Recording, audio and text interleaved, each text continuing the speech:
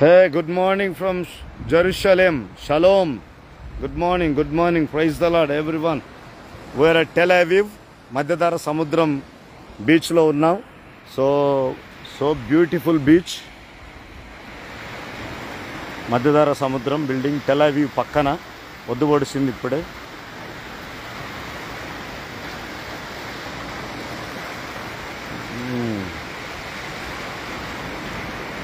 Yeah.